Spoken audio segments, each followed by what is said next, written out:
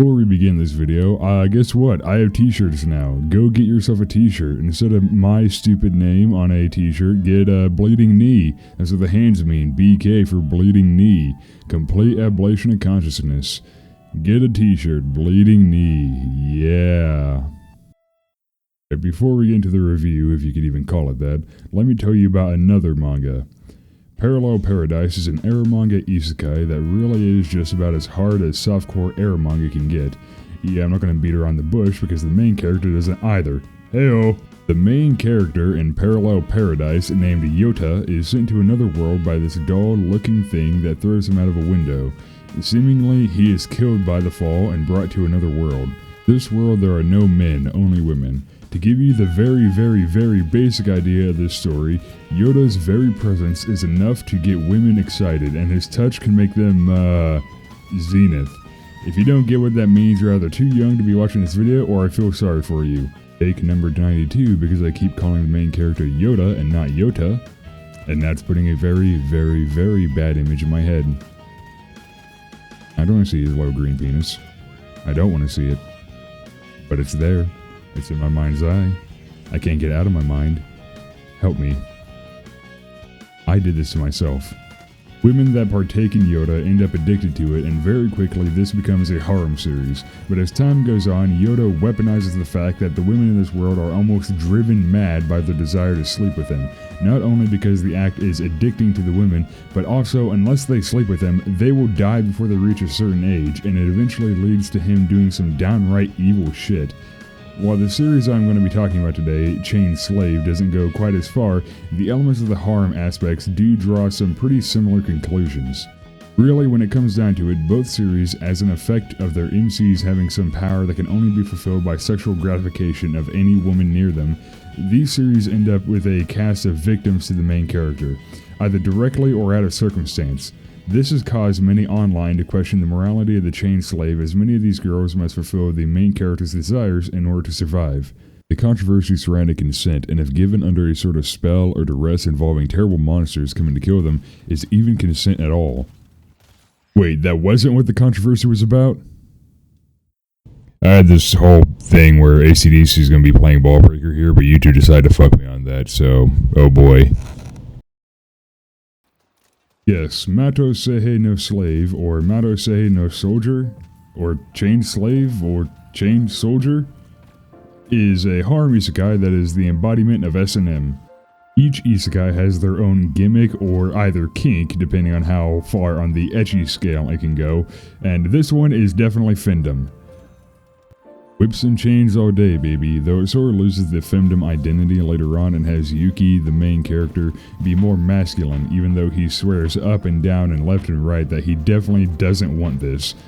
I think I've already had this tangent before, but I really hate pervert MCs that swear they aren't perverts, but in reality, we all know where it's going to end. End up. Ecchi series that do the scared of titties pro tag, it just feels like time is being wasted for no real reason. We're there to eat, not to fucking look at the food, come on now. But I guess it's either the MC's a pussy that never actually goes after the girl, or the rapist. Oh, speaking of the girls, I'm gonna knock this tangent out of the way too. A manga or anime can be make or break if the girl they force hard on you, known as the main girl, is good or bad. I do not like the main girl in Chained Slave. I live by the creed that either a tsundere is automatic best girl or instant worst girl, depending on how she is handled. The thing is, this manga has both a good and bad example of tsunderes. Himari, the good tsundere, that starts off by hating Yuki for being a man and showing her up in terms of power, eventually learns to love him as he helps her through the Ozma trials. Meanwhile, Kyoka does the basic hot ice thing of either being extremely possessive of Yuki or treating him as literal cannon fodder. Also, the fact that her backstory is basic as hell, oh, the monsters did something bad to me, so I need to wipe them all out. Heard that a million times before. If that excuse didn't work for a genetically enhanced super soldier or an Austrian painter, it sure as shit won't work for Great Value 02. I also think 02 sucks, but that's besides the point! I love getting sidetracked. If the girl that the manga forces on you as this is the correct option is bad, then it's kinda hard to stick around, but Chained Slave counteracts this by literally shoving waifus down your throat until one sticks. Why did I start off the review proper by talking about the women instead of the plot, the action, or even the controversy, you may ask? Well, in terms of story, it's it's not great. Pacing plays a pretty big role, and when you have a character fall in love with the MC in one chapter, by chapter 5, yeah, it sure is a harem manga. Now, I really should get off my high horse since you order peach cobbler, don't be surprised when there's peaches in it, right? That's a pun, if you know the series. Going into a harem era manga and bitching that it has harem era manga stuff in it, who do I look like, trash taste? But there really is no reason why the harem manga can't also have good pacing and characters. Let's compare it to the manga Magi, which isn't a harem manga by the way, but Magi. The beginning of Magi is relatively slow, giving you time to soak in the world, the characters, and their motivations. As the manga goes on, the characters go through a lot of changes. Aladdin and Alibaba are some of the best examples of characters that change yet retain their original motivations and don't like the what the fuck, but don't seem like entirely different characters by the end. Now, what does a not harem era manga have to do with a harem era manga? Pacing. Magi has really good pacing, but ask anyone that has read the entire manga through and they will have to admit that towards the end the pacing gets a bit wonky, a bit funky, a bit funny. Now, whether that is down to the publisher wanting the series wrapped up or Abrahamic mysticism being hard to understand, I would leave that for you all to decide. Compare this to Chain Slave, and the first volume just throws you into this is the daily routine, but also the daily routine is fucked. I was trying to find a way to explain how it feels or works, but honestly, the only way I can get it across is with 2 words. Exposition dump. The first volume has about 5 or so exposition dumps, which is bad.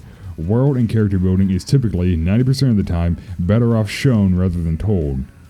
The other 10% is for very special occasions and damn near impossible to get right. Would you believe that I haven't even said what the story is about before going on a massive bitching tangent? Welcome to Lawrence Job channel, baby. Alright, it's too fucking hot. I'm turning on the AC and taking a break. Goddamn.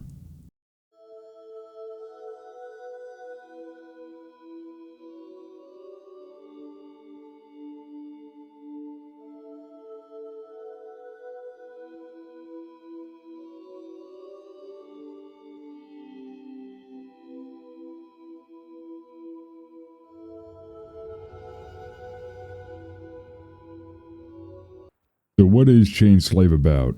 Not the fucking Civil War, but you could probably guess that. A lot of people didn't. In a world where these gates to another dimension appear, giant monsters named Shuki come out, or random people can happen to fall into this new world.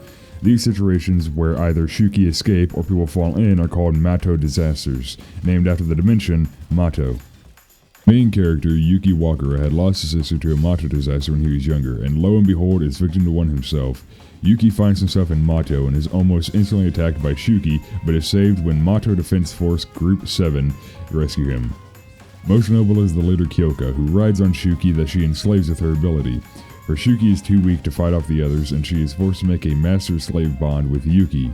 Yuki's slave forms are pretty damn badass, not even gonna lie. Strong Susanoo vibes. What style is this called, by the way? I've seen it too often for it to not have a name.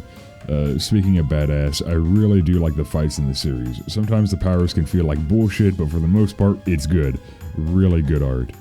Also, I hope that the battles are where the art in the manga really fucking shine. I mean, as the story goes on, Kyoka is able to loan out her power to other anti-demon corps members, and Yuki's design reflects not only the powers of the master, but also their personality. It's always a nice treat when a series has multiple forms for the main character and keeps the visual design interesting. Wish more manga nowadays did that, but hey, reusing assets is easier. Unrelated, but have you ever noticed that some of the filler episodes in Bleach have better animation than some of the main episodes? Go on a little search for that. It's a very interesting thing to look into. I said it earlier in the script, but era manga typically wears its kink on its sleeve. This one is about femdom and BDSM. I mean, the dude literally enjoys ball busting. You know what this manga isn't about? United States race relations! Yeah, this whole controversy was retardedness of the highest degree. The anime censored the word slave because America racist. Here's a little history lesson. Everyone was enslaved at some point. There is no demographic of people that have not at some point experienced slavery. But because some people need stones to throw, African American slavery is treated as this uniquely bad event in history. If you genuinely think a fucking femdom ecchi anime where a dude has women in leather military gear sit on his face will cause the South to rise again, go to fucking therapy. But then you get the excuse, but generational trauma. Yeah, maybe focus some of that generational trauma on ending the slave trade currently going on in Africa by Africans right now.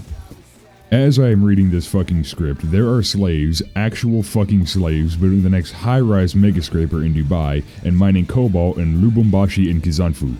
Oh, and please, before you get on your commie bullshit of blaming me, a broke-ass half-skin in the middle of nowhere, Kansas, that those slaves wouldn't exist if capitalism wasn't around, please, before you do that, point out where those two towns are on a map. The whole drama was fucking ridiculous. Same shit with people whining and fucking crying over characters buying slaves in isekai stories.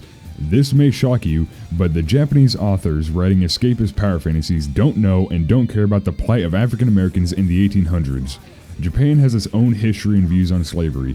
Play the no shit test with this one, but slavery is a bad thing. But removing the word, just the word, by the way, nothing to do with context, because context doesn't even fucking involve actual slavery. Removing the word slave from a BDSM era manga, congrats, you win. You are now king of the blacks. Either way, Chain Slave isn't a bad manga, but you probably won't remember much from it aside from that massive shit show that happened around the time the anime came out. I don't like to get political, but I also don't like when other people decide to force politics into a, reminder, femdom era manga a whole lot less. That's it. Thank you to the Patreon supporters, the Spanarell Z, Kazuma Kazuma, Therion, Rolf, and the champ Aurelian Caesar. Again, go buy the shirts, they are good. And the dude can't even get his balls kicked without being called racist. What a fucking world we live in.